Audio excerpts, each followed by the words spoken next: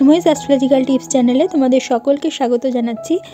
বাস্তুশাস্ত্র নিয়ে যে ভিডিওগুলো আমি আগে করেছিলাম সেই ভিডিওগুলোর মধ্যে গৃহ নির্মাণের ক্ষেত্রে কি বারে গৃহারম্ভ শুরু করলে গৃহারম্ভ করলে কি হয়ে থাকে সেই নিয়ে এবং কোন মাসে গৃহারম্ভ করলে কি ফল হয়ে থাকে সেই নিয়ে আমি আগে ভিডিওগুলো করে ফেলেছি।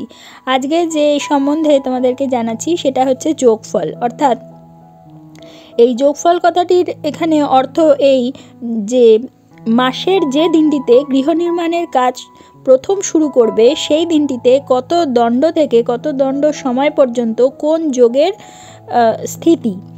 পঞ্জিকায় প্রতিদিনের যোগসমূহের স্থিতিকালের সময় দেওয়া থাকে, সুতরাং পঞ্জিকা দেখে কোন তারিখে কোন যোগের স্থিতি এবং সেই স্থিতিকালের সময় কত সময় থেকে কত সময় পর্যন্ত এবং সেই তারিখটি কোন পক্ষের কোন বার এবং কী তিথি সবই নির্ণয় করে নিতে হবে।